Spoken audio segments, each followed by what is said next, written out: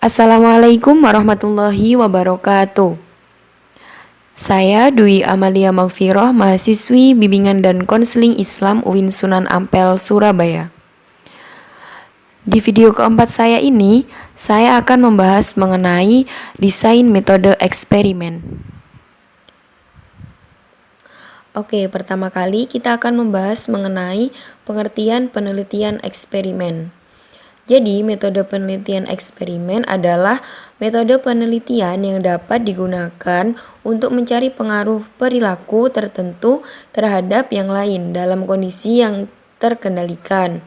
Nah, jadi di sini itu mencari hubungan dan memunculkan suatu perbedaan atau perubahan.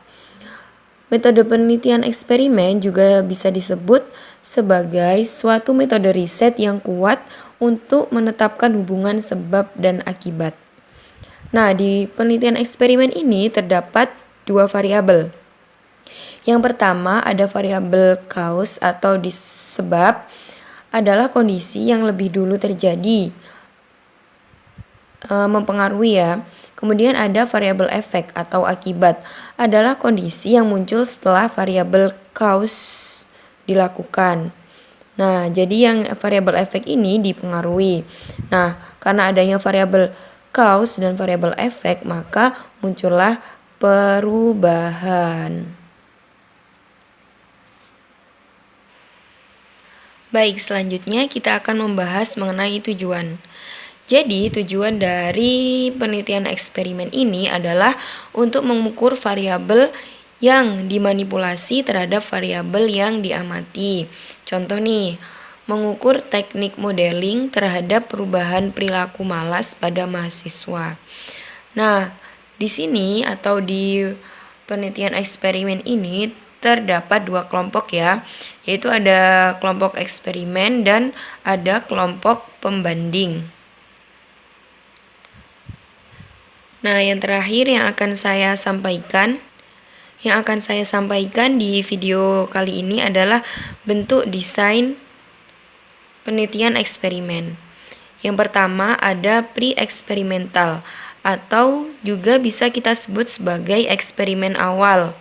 Nah, eksperimen awal ini adalah eksperimen yang dilaksanakan hanya pada satu kelompok tanpa ada pembanding. Nah, rancangan yang digunakan untuk eksperimen yaitu one shot case study, one group pre-test post-test design, dan intra-group comparison. Kemudian yang kedua ada experimental design, true experimental design, atau juga bisa kita sebut sebagai eksperimen murni, yaitu metode eksperimen yang memiliki akses untuk pemilihan sampel secara acak untuk dimasukkan ke dalam dua kelompok dan kemudian memilih lagi mana yang dijadikan kelompok eksperimen dan mana yang dijadikan kelompok pembanding. Nah, kalau yang true experimental design ini rancangannya yang digunakan adalah post-test only control design, pre-test post-test control group design, dan the Solomon for group design. Kemudian yang ketiga ada quasi experimental design atau kita sebut sebagai eksperimen kuasi. Merupakan penelitian yang hanya memiliki dua kelas yang terbentuk untuk dijadikan sampel. Nah, kemudian yang terakhir ada factorial design.